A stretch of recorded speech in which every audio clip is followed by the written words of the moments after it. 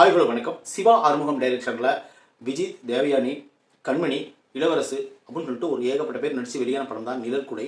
இந்த படத்தோட ஸ்டோரி பற்றி பார்க்கறதுக்கு முன்னாடி நம்ம சேனலில் சப்ஸ்கிரைப் பண்ணி வச்சுக்கோங்க. அப்போ தான் நான் போடுற வீடியோ உங்களுக்கு வந்து கிடைக்கும். நிழற்குடை இந்த படத்தோட ஸ்டோரி என்னன்னு பார்த்தீங்கன்னா, இது வந்து ஒரு குடும்ப படம். இது வந்து ஒரு எமோஷனல் படம். ஒரு குழந்தை கேர் எடுத்துக்கிற ஒரு அம்மாவோட படம் அப்படின்னு சொல்லிட்டு நம்ம ஆல்ரெடி நம்ம ஆடியோ லஞ்சில் நம்ம யூகிச்சிட்டோம். ஏன்னா என்னென்னு பார்த்தீங்கன்னா, அவங்களும் ஒரு அளவுக்கு நம்மளுக்கு கதை சொன்னாங்க இல்லையா, அதை வச்சு நம்ம இந்த படத்தை போய் பார்த்தோம்னா, இந்த படத்தினோட கதை என்னென்னு பார்த்தீங்கன்னா, ஒரு ஃபேமிலி. அந்த ஃபேமிலியில் வந்து ஒரு கணவன், ஒரு மனைவி, ஒரு குழந்தை, சின்னதாக ஒரு குழந்தை. அந்த குழந்தைக்கு ஒரு ப்ராப்ளம் இருக்குது. அது என்னென்னு பார்த்தீங்கன்னா, அது அழுதுச்சுன்னா பிட்ஸ் வந்துடும். ஓவராக அழுதுச்சுன்னா பிட்ஸ் வந்துடும். அந்த மாதிரி ஒரு குழந்தை.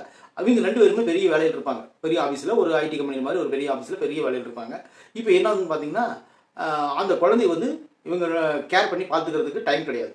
இப்போ குழந்தைய கேர் பண்ணுறதுக்கு ஒரு கேர் டேக்கர் வச்சாலும் இல்லையா, அதனால் ஒரு வேலைக்காரியை வீட்டில் வச்சுருப்பாங்க. அந்த வேலைக்காரி என்ன பண்ணுவாங்கன்னு பார்த்தீங்கன்னா, அவங்க வந்து இவங்க 2 பேர்த்தையும் வேலைக்கு தாட்டி விட்டுட்டு அந்த குழந்தைய ஓவர் டோஸ் கொடுத்து, டானிக் ஓவர் டோஸ் கொடுத்து, இப்போ வந்து அந்த குழந்தைய தூங்க வச்சுட்டு தன்னோட காதலனோட சந்தோஷமாக இருப்பான். இது தொடர்ந்து நடந்துக்கிட்டே இருக்கும். அவங்க வரதுக்குள்ளே அவங்க கிளம்பி போயிடுவான். அப்புறம் வந்தோடனே குழந்தைய ஒப்படைச்சிட்டு இந்த அம்மா வந்துடும். இதுதான் ரொம்ப நாளாக நடந்துட்டு இருக்கோம். இப்போ என்ன ஆகுதுன்னு பார்த்தீங்கன்னா, ஒரு நாள் இது விஷயமெல்லாம் தெரிஞ்சு போயிடும். தெரிஞ்ச உடனே அந்த வேலைக்காரியை முடி விட்டுட்டு, குழந்தைய வந்து நம்ம எப்படியாவது ஒன்று ஏதோ ஒரு இடத்துல பத்திரமா சேர்த்திடணும். இன்னும் ஒரு 2-3 மாதத்துக்குள்ளே நாம் வந்து, அல்லது 2-3 வருஷத்துக்குள்ளே நாம் வந்து இது அமெரிக்கா போயிடணும், யூஎஸ் போயிடணும் அப்படின்னு சொல்லிட்டு ஒரு கனவாகவே இருக்கிறாங்க கணவன் மனைவி 2 பேரும்.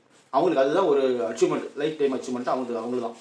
அதுதான் இப்போ என்ன ஆகுதுன்னு பார்த்தீங்கன்னா, இந்த கேர் எடுத்து பார்த்துக்கிறது நம்ம குழந்தைய யாருன்னு சொல்லி பார்க்கும்போது தேவயானம்மா இவங்களுக்கு கையில் கிடைக்கிறாங்க. தேவயானி.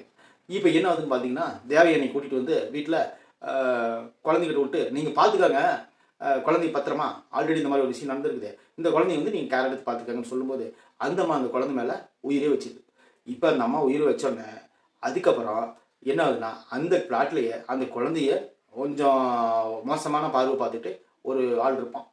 அடுத்ததாக அவங்க 2 வீடும், இவங்க 2 பேரும் லவ் மேரேஜ் பண்ணதுனால 2 வீட்லேயும் எதிர்ப்பு இருக்கும்.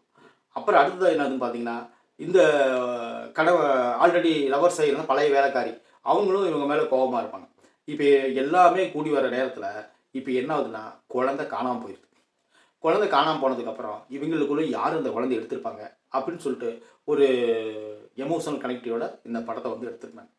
இந்த படம் வந்து ஆரம்பிக்கும் போது ஒரு செம சுறுசுறுப்பாக ஆரம்பித்தாங்க. ஒரு 10 நிமிஷமெல்லாம் பார்த்தீங்கன்னா, அந்த ஒரு கிரைம் த்ரில்லர் படத்துக்கு வந்துட்டோமோ அப்படிங்கிற மாதிரி ஒரு இந்தளவுக்கு பரபரப்பாக இருக்க படம் அப்படிங்கிற மாதிரி நம்ம நினச்சோம்.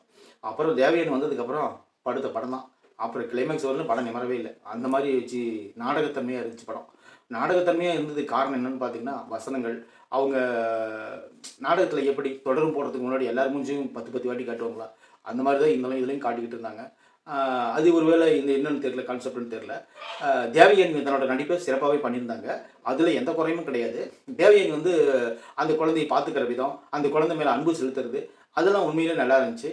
எனக்கு பிடிச்சது, ரொம்ப பிடிச்சது கிளைமேக்ஸ் தான். கிளைமேக்ஸில் வந்து உண்மையிலே தேவயானி ஒரு சம்பவம் பண்ணுவாங்க. அது உண்மையிலேயே சூப்பராக இருந்துச்சு.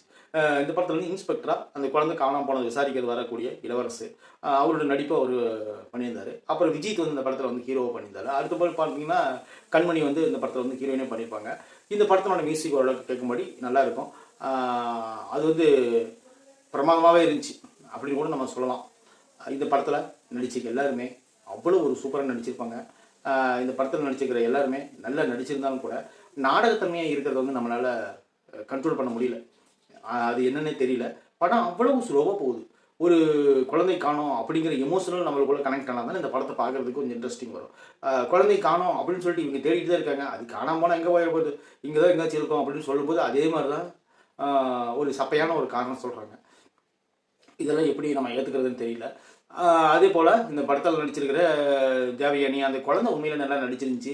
அதோட வசனங்கள் வந்து க்ளோஸ்அப்பாக வைக்கலைன்னா கூட அந்த குழந்தை வந்து தன்னோட எமோஷனல் எப்படி வாங்கினாங்கன்னு தெரியல.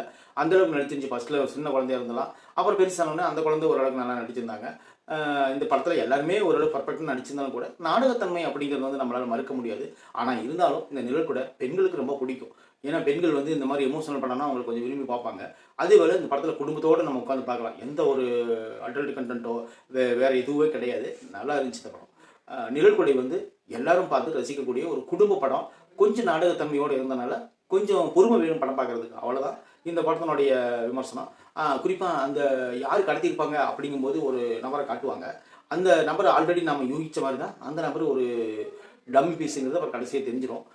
இந்த படத்தில் வந்து என்ன சொல்கிறது அப்படிங்கிற மாதிரி ஆயிடுச்சு படம். எமோஷனல் ப்ளஸ்ஸு குழந்தைய எப்படி நம்ம பார்த்துக்கணும், எது எந்த வேலைக்கு போனாலும் நம்ம குழந்தையை பார்த்துக்கிறதுக்கு நம்ம தனியாக ஒரு கேர் எடுத்துக்கணும் அப்படிங்கிறது தான் இந்த படத்தினுடைய சொல்ல வர கருத்து. வேறு ஒன்றும் கிடையாது. இந்த படத்தை பார்க்கணும் அப்படின்னு நினச்சிங்கன்னா கண்டிப்பாக போய் தேட்டரில் பாருங்கள். உங்களுக்கு விருப்பம் இருந்தால் இந்த படத்தை நீங்கள் பாருங்கள். குழந்தைகள், பெண்கள், குடும்பத்தரசிகள், குடும்பத்தில் ஒற்றுமையாக உட்காந்து ஃபேமிலியோடு ஒரு படம் பார்க்கணும், நிழல் கொடை பார்க்கலாம். ஏன்னா இப்போ வர நாடகத்தெல்லாம் பார்க்குறதுக்கு இந்த நிழல் கொடை எவ்வளவோ பரவாயில்ல.